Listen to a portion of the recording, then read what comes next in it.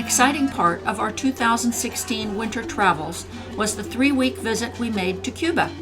Like most visitors, we arrived in Havana, a crumbling yet still vibrant city of over 2 million people. New challenges will face the country and its people, with Cuba soon to become a desired tourist destination. It's easy to feel time-warped, as the city's streets and architecture have not been upgraded since the revolution in 1959, nor have many of the cars been upgraded that ply the streets either privately or as taxis.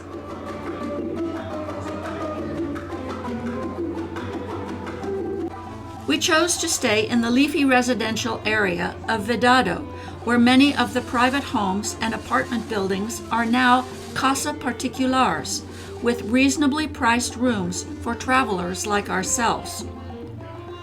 Flag down any of the 1950s vintage cars along the street and this colectivo will pick you up if there is room.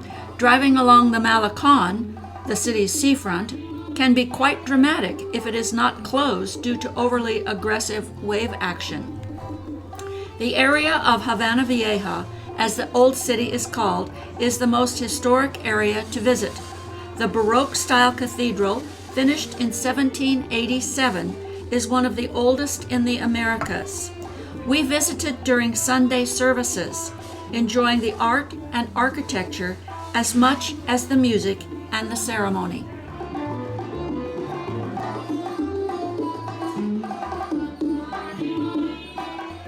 It was interesting to compare a 1930 photo of arches on the plaza with the reconstruction work that is going on inside the same building today. I'm sure it will look like the splendid central courtyard of the City Museum with its gardens and marble statue of Christopher Columbus one day. We liked the antique horse-drawn carriages and the rooms of colonial period furniture on display at this museum.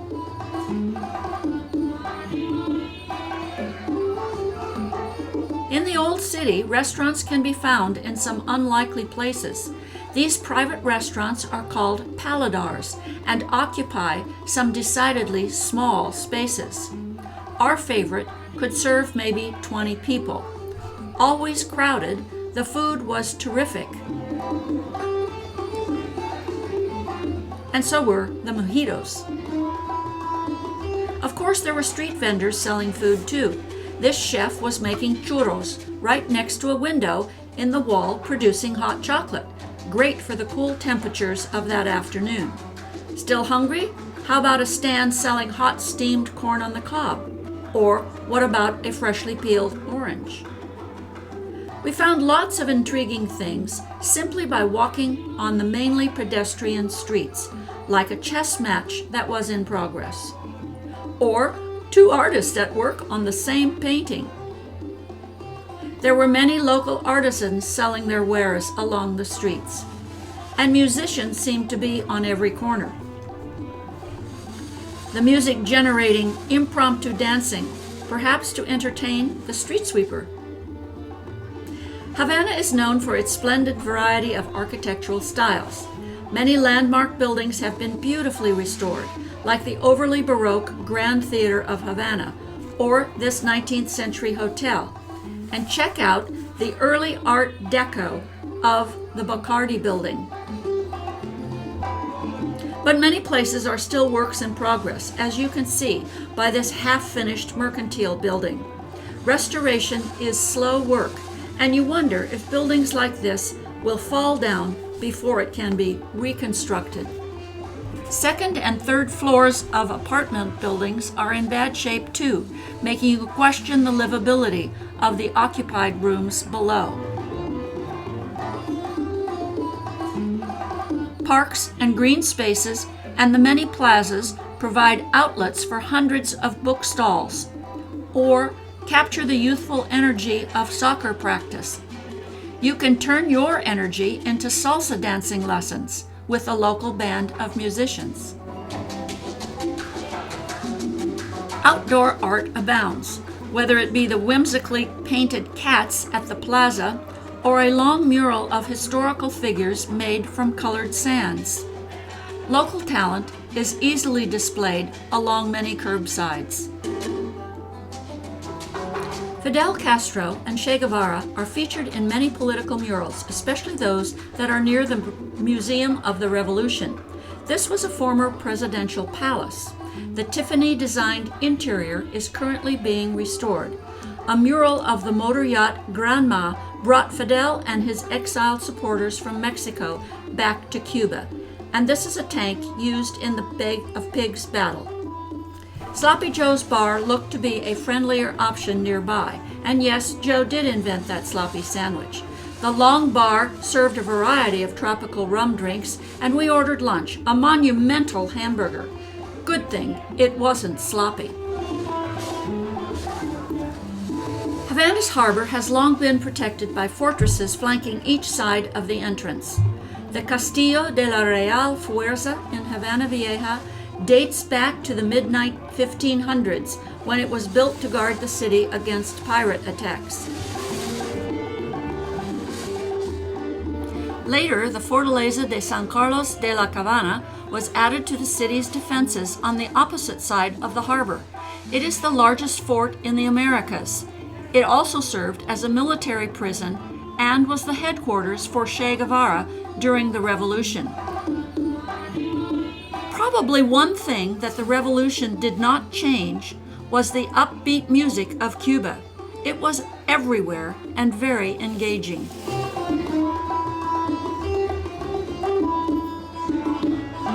After 5 days of city tourism, we boarded a long-distance bus to head into Cuba's countryside.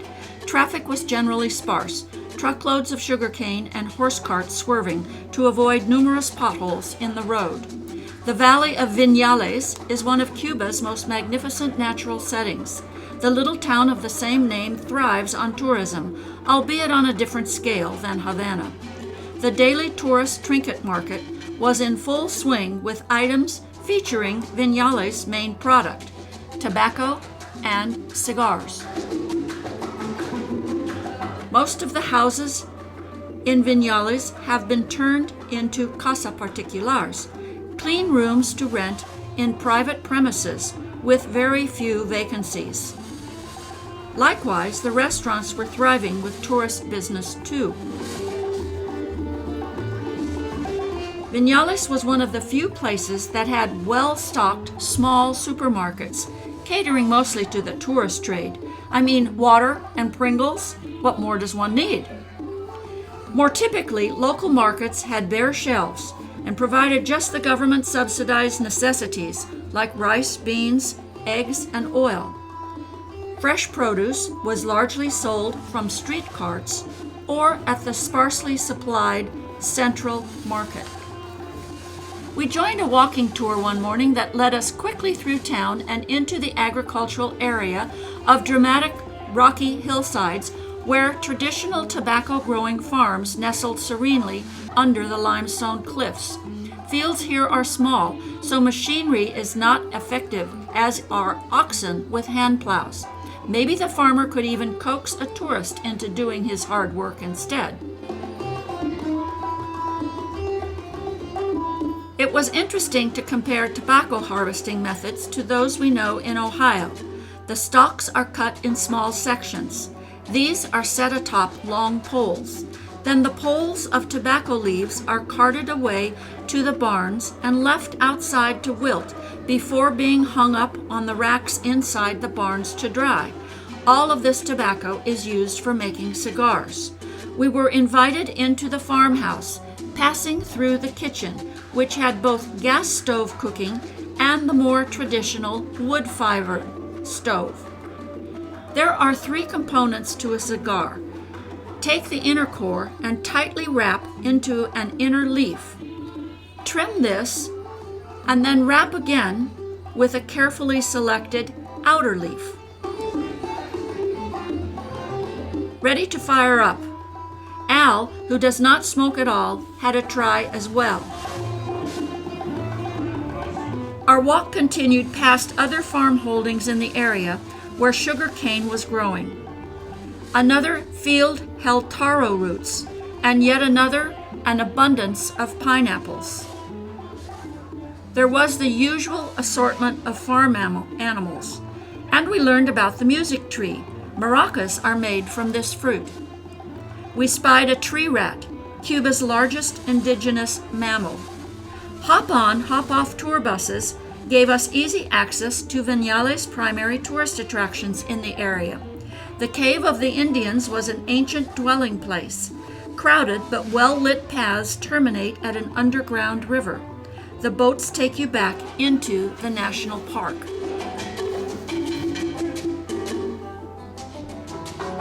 Wandering onward, we stopped for a few days in Cienfuegos. Founded in 1819 by the French rather than the Spanish, gives a different flavor architecturally to this city. Horse cart taxis were always busy, and the horses knew just where to move for the next load up. We chose a pedicab to drive us down Punta Gorda, a narrow peninsula stretching into the natural harbor of Cienfuegos. This was Cienfuegos' old upper-class neighborhood of wealthy sugar merchants.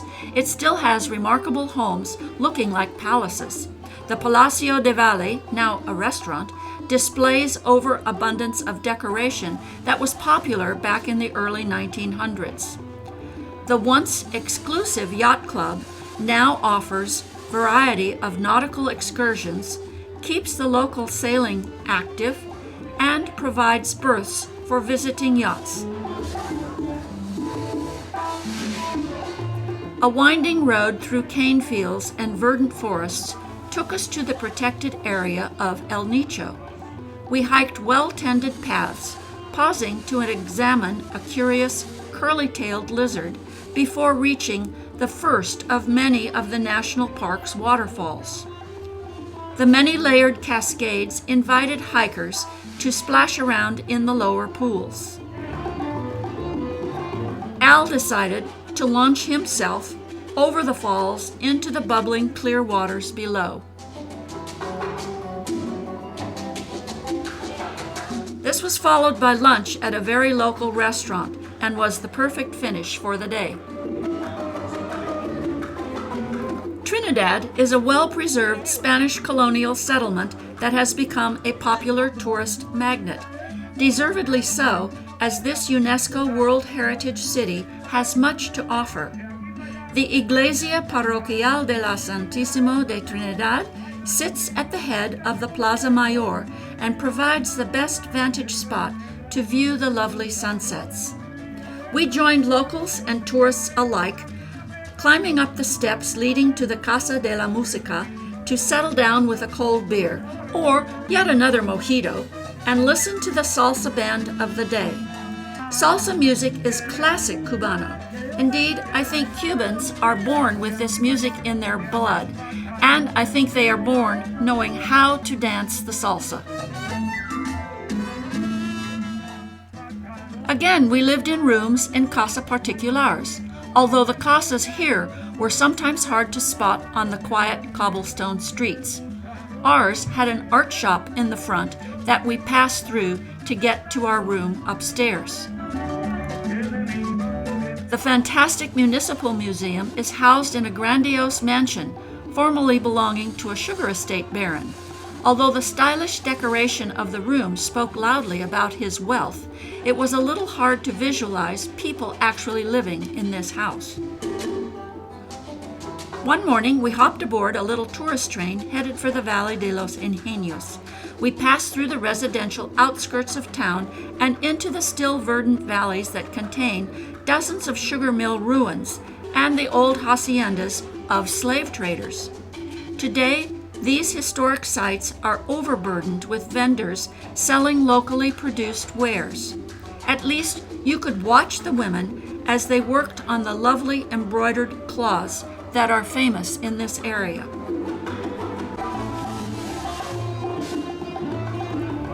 Although there were plenty of restaurants in Trinidad, in most cases we found the food to be uninspiring. Sometimes feeling it was better to grab a fresh pulled pork sandwich from the street vendor's cart.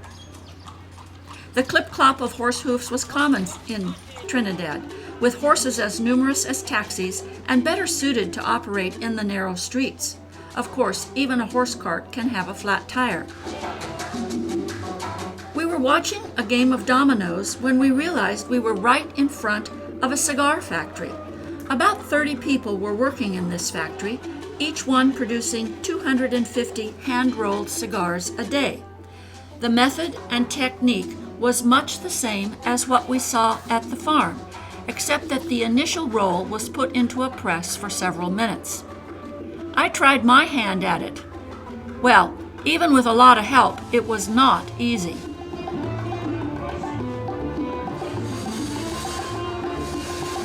The finished cigars are wrapped up in bundles that are already tax stamped for delivery.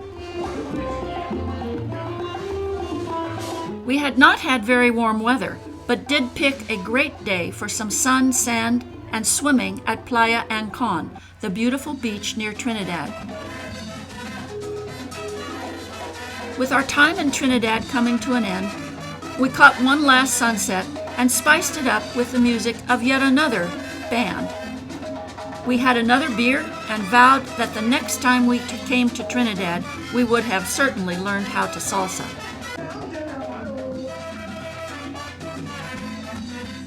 In Santa Clara, as with other cities in Cuba, it is usually the main plaza that has the Wi-Fi signal. The plaza is generally surrounded by important buildings and a church of note. Geographically, Santa Clara is at the center of Cuba, and the city is quite spread out. Getting around in a horse cart taxi was a great option for us. Our Casa Particular was the nicest we had in Cuba, the antiquities in the house rivaling the local museum. These antiques carried over into our room at the end of a tropical garden patio. Too soon, it was time to return to Havana before leaving Cuba. It had been a splendid 3 weeks. We loved the people, the contrasts, the history, the arts, the natural beauty, the music, and the everyday life. So many memories for us to continue.